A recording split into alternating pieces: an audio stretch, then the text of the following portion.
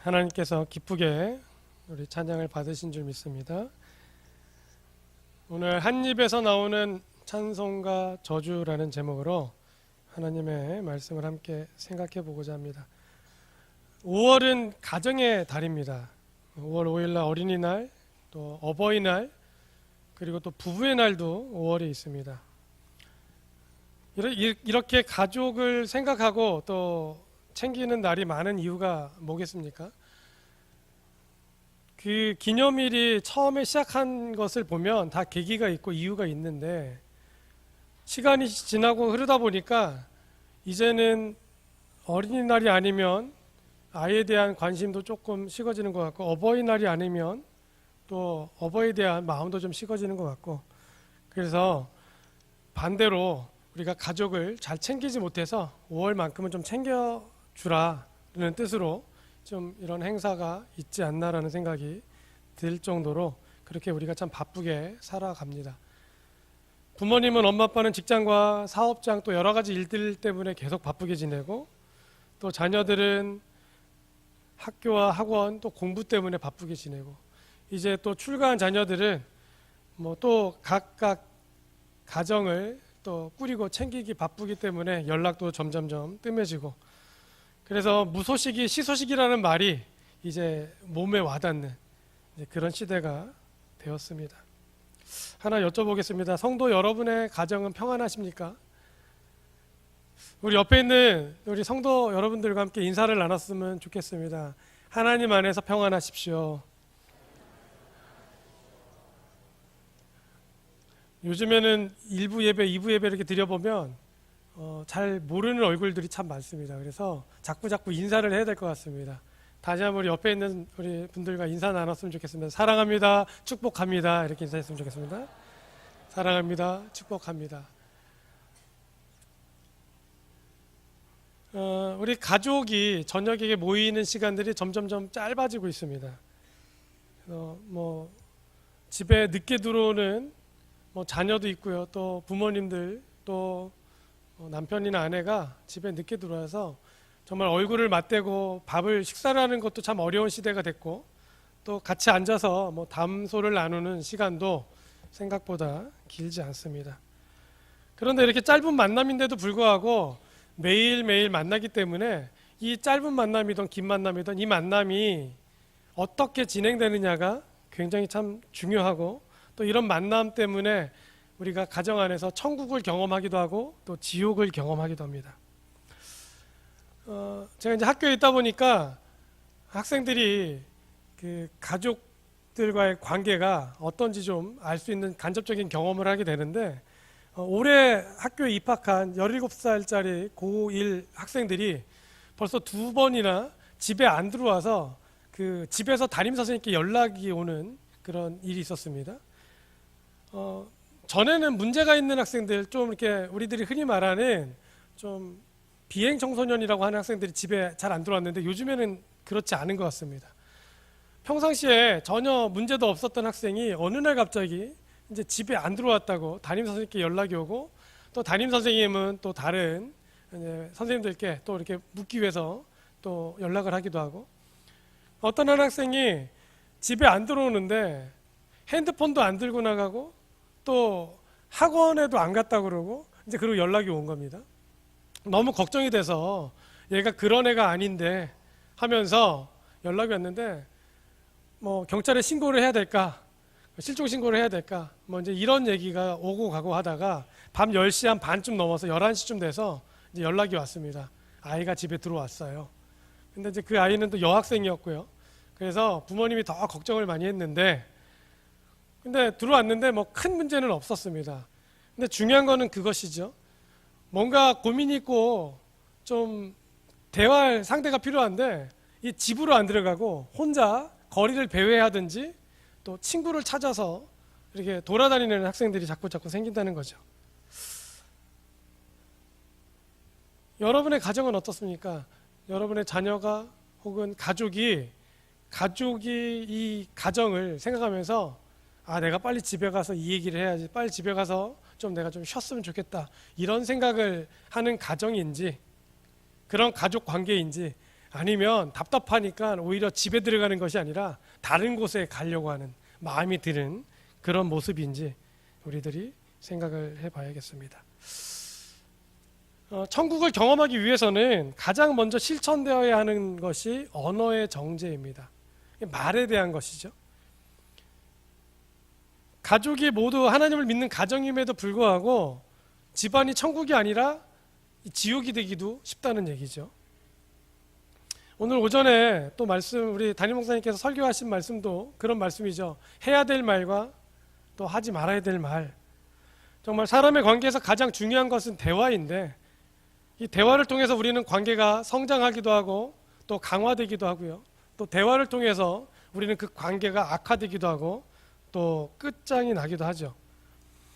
그것을 잘 알고 있는 야고보는 여러 가지 비유를 들어서 이 대화하는 혀를 통제하는 것이 얼마나 중요한지 여러 가지 비유를 들어서 얘기합니다. 그래서 말들의 입에다 재갈을 물리는 이유, 그리고 큰 배를 지극히 작은 노로 조종하는 그런 원리, 그리고 큰 산을 태우는 것이 정말 작은 불에서 시작된다라는 얘기를 통해서 우리가 우리 혀를 제어하는 것, 우리의 언어를 정지하는 것, 우리가 뭔가 말할 때 한 번 더 생각하고 얘기해야 되는 이유를 분명하게 얘기해 주고 있습니다.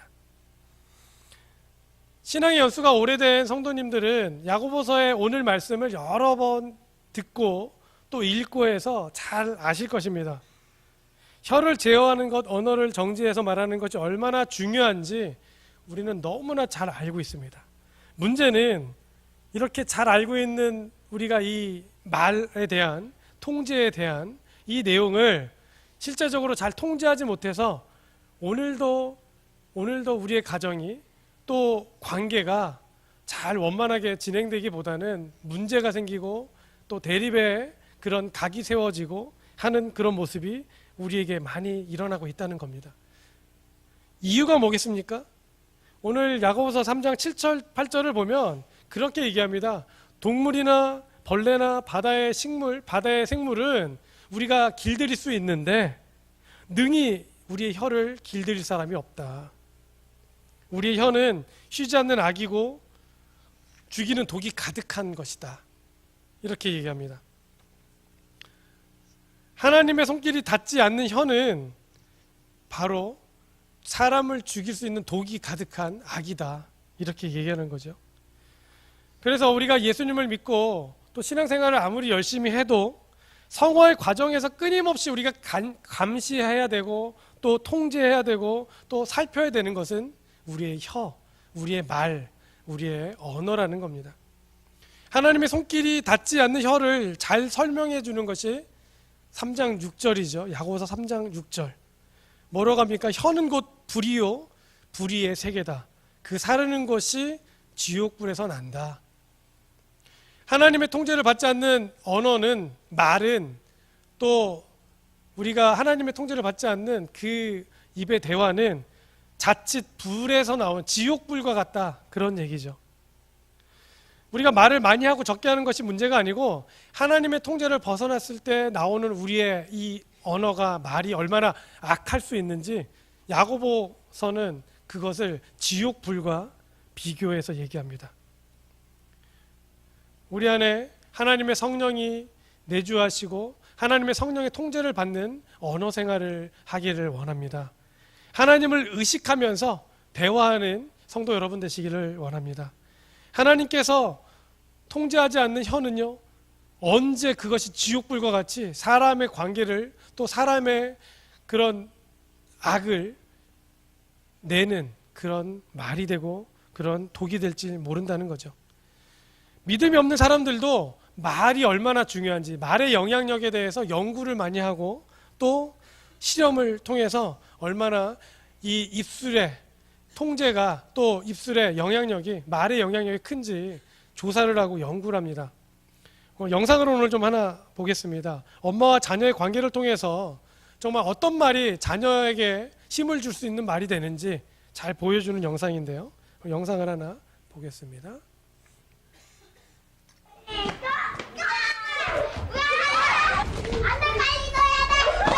여기 7명의 아이와 7명의 엄마가 있습니다. 잠시 후 이곳에서 1분 동안 공을 많이 받는 게임을 할 겁니다. 아, 너 뭐하냐고. 55개. 아니면 8개? 한 15개? 13개? 잘해봐야죠. 게임이 시작됐습니다. 이렇게 아이가 눈을 가리고 공을 던지면 맞은편에 서 있는 엄마가 말로 위치를 알려주며 공을 받습니다. 오, 잘했어. 옆에, 오른쪽에. 바로 옆에. 일어서서 던졌으면 좋겠다. 위로. 어우, 잘하는데. 다 쳤습니다. 아, 수고했어. 공을 얼마나 많이 넣었을까요? 와, 몇 개 있어? 우와! 하나, 둘, 셋, 넷, 다섯. 9개다. 19개다. 게임 결과 5팀은 12개 이상을, 2팀은 7개씩을 넣었습니다. 공을 많이 넣은 아이와 적게 넣은 아이, 무엇이 달랐던 걸까요?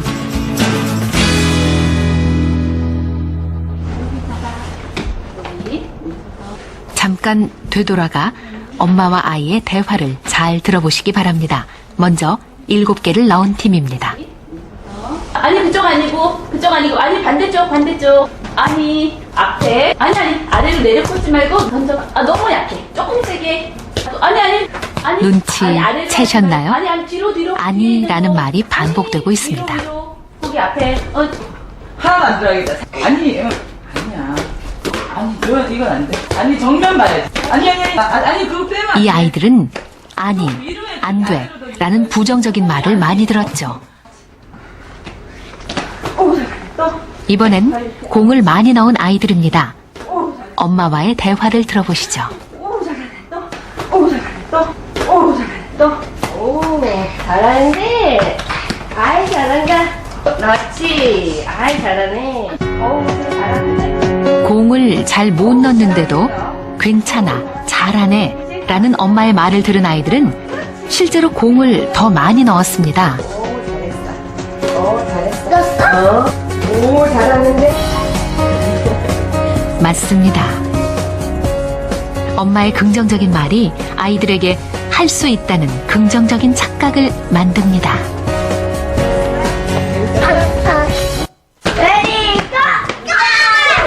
세워주세요. 네. 예, 뭐 영상 보면서 너무 쉬운 얘기였는데요. 긍정적인 말, 보면 아니 그렇게 하지 말라고 얘기한 더 잘하게 하기 위한 방법은 방법인데 좀 종류가 달랐죠. 5팀과 2팀의 다른 가장 큰 점은 칭찬해주고 격려해주는 말, 그리고 한쪽은 부정적인 그리고 고치게 하는 말.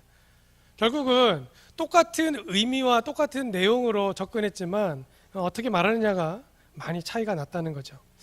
이걸 보면서 집에 가서 자녀들에게 좀 좋은 말, 긍정적인 말을 해야지 다짐을 하고 막상 가면 어떻습니까? 잘 안 되죠. 네. 저희 집에도 아들이 셋이 있는데 어렸을 때 참 많이 싸웠습니다. 그래서 좀 크면 덜 싸우겠지 했는데 요즘에 더 많이 싸웁니다. 어렸을 때는 말로 싸웠는데 이제는 막 주먹질하면서 싸웁니다. 그런데 이제 그런 거죠. 잘못된 것들에 대해서 지적하고 또 고치려고 하는 그 판단의 어떤 말들, 이런 말들이 오히려 고치게 하기보다는 반감을 사게 하고 또 어쩌면 그렇게 나는 고치려고 노력하는 말을 하는데 상대방은 그거를 의도대로 받아들이지 못한다면 그렇게 말할 필요가 없는 거죠. 그래서 2팀을 봤는데 칭찬하고 긍정적으로 힘을 주고 하는 그런 말. 우리들이 자녀와 또 대인관계에서 우리가 늘 생각해야 되는 것은 판단하고 지적하는 것보다는 칭찬하고 인정해 주는 말, 그런 말들이 훨씬 더 가치가 있고 그게 힘이 될 수 있다는 것을 잘 보여주는 말입니다. 우리가 나의 방향, 자녀들이 또 우리 가족이 잘 되지 않기를 바라면서 얘기하는 경우는 없죠. 뭔가 얘기할 때는, 뭔가 고치려고 노력할 때는, 그것을 말할 때는 그 문제를 고치고 싶어서 얘기하는데 내 마음대로 잘 안 되는 이제 그런 경우들을 참 많이 경험하게 됩니다. 이제 출가를 시킨 자녀들에게도 마찬가지죠. 오랜만에 전화가 왔는데 너 왜 이렇게 오랜만에 전화하니? 부터 시작하면 이제 더 이상 대화가 안 되죠. 잘 지냈냐 그러고 얼마나 힘드냐 그러고 자꾸 좋은 말을 격려해주고 위로해주는 말을 할 때 오히려 대화가 진행되겠죠. 또 뭔가 잘못하는 일에 대해서도 그 잘못을 지적하기보다는 잘못에 대해서 인정해주고 잘할 수 있다 그러고 한 번 더 시도해볼 수 있는 용기를 주는 말이 훨씬 더 중요하겠죠. 우리가 가정에서도 마찬가지지만 교회에서도 마찬가지죠. 교회에서도 우리가 정말 말에 대해서 조심해야 되는 부분들이 있는데 이 야고보서를 기록한 야고보는 그것을 굉장히 잘 알았던 것 같습니다. 야고보가 얘기하는 이 야고보 사도가 얘기하는 것은 교회 안에서 성도들 안에서도 정말 말할 때 주의해야 되는 것들, 그거를 3장 9절에서 이렇게 얘기합니다. 우리 9절을 다시 한번 읽어보겠습니다. 3장 9절입니다. 시작. 이것으로 우리가 주 아버지를 찬송하고 또 이것으로 하나님의 형상대로 지음을 받은 사람을 저주하나니. 네, 이것은 우리 입술이죠. 우리의 입술로 하나님을 찬양하는 것은 큰 문제가 없습니다. 우리가 예배를 통해서 또 우리가 교회에서 주일에 또 하나님을 찬양하는 일에 대해서는 큰 문제가 없습니다. 왜냐하면 하나님이 위대하시고 우리의 실수를 다 인정하시고 용서해 주시고 또 우리 예배를 기뻐 받으시는 하나님이시기 때문에 우리가 하나님을 찬양하는 건 문제가 없는데 그 뒤가 문제죠. 또 이것으로 하나님의 형상대로 지음을 받은 사람을 저주한다. 이것은 믿지 않는 사람들에 대한 얘기가 아니고 하나님을 믿는 성도들을 향한 야고보의 지적이었습니다. 하나님의 형상대로 지음을 받은 사람을 저주한다. 다시 말해서 다른 성도들에 대한 얘기를 하는 건데 저주할 수 있다는 거죠. 우리가 하나님을 예배할 때는 참 예배할 때는 잘 하는데 구역 모임을 한다든지 성도들의 어떤 모임을 한다든지 또 교회 안에서 여러 가지 이 만남이 있을 때 우리가 쉽게 저지를 수 있는 그런 실수는 저주하기 쉽다는 거죠. 지적하거나 평가하면서 누군가 어떤 성도를 마음에 상처를 주는 얘기 하기 쉽다는 거죠. 그래서 이것을 야고보가 지적하면서 10절에는 그렇게 얘기하죠. 한 입에서 찬송과 저주가 나오는도다. 내 형제들아 이것이 마땅하지 않다. 이렇게 하는 것이 옳지 않다. 하나님을 찬송하는 그 찬송의 입으로 다른 성도에 대해서 얘기하는 거 조심해야 된다. 그렇게 하지 말아라. 이렇게 얘기하는 거죠. 우리가 교회를 다니면서 하나님께 시험 들고 하나님께 상처를 받는 일은 별로 없습니다. 오히려 교회를 다니면서 신앙생활하면서 상처받는 것은 하나님으로 받는 상처가 아니라 다른 누군가의 성도의 그 말에서 상처를 받고 또 시험에 들기 쉽습니다. 그래서 우리가 교회 안에서는 정말 어떤 누군가에 대해서 얘기할 때에도 한 번 얘기할 때, 두 번 얘기할 때 다시 한번 하나님께서 주관하여 주십시오. 하나님 제 입술을 통제하여 주십시오. 기도하면서 얘기해야 되고 그것이 정말 어렵게 어떤 얘기를 할 때, 대화를 할 때 한 번씩 그 걸러서 얘기하는 것이 한 번, 두 번 생각하는 것이 시간이 걸려서 한 번 생각하고 두 번 생각하고 하는 것이 오래 걸려서 말하는 것이 아니라 너무 쉽게 하나님께 의뢰하고 하나님의 뜻을 구하고 하나님이 원하시는 그 방식대로 말하기 위해서 우리가 노력해야 한다는 거죠. 우리가 가정에서도 그렇고 또 교회에서도 그렇고 하나님이 가정을 주시고 교회를 주신 목적이 뭡니까? 이 땅에서 하나님께서 주신 천국을 경험하라는 거죠. 가정에서도 우리가 천국을 경험할 수 있고 교회에서도 천국을 경험할 수 있는데 그렇게 경험하기 위해서 먼저 해야 될 일은 우리의 입술을 제어하는 거죠.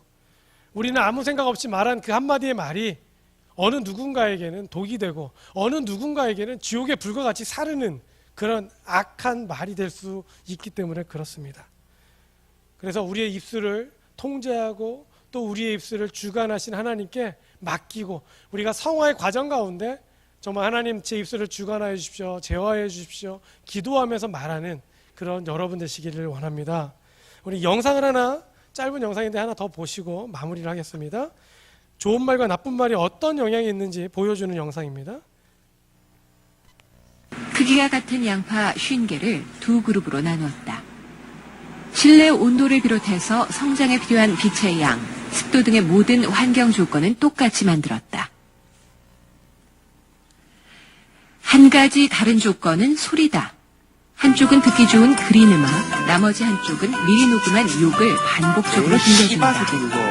에이 씨발 진짜. 욕이 들립니다. 과연 이 소리들은 양파의 성장에 어떤 영향을 주게 될까?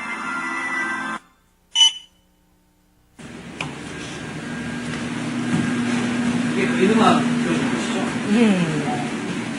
그린 음악을 틀었던 재배실은 50개 개체 모두 고른 성장을 보였다. 15일 동안 욕을 듣고 자란 양파는 어떻게 됐을까?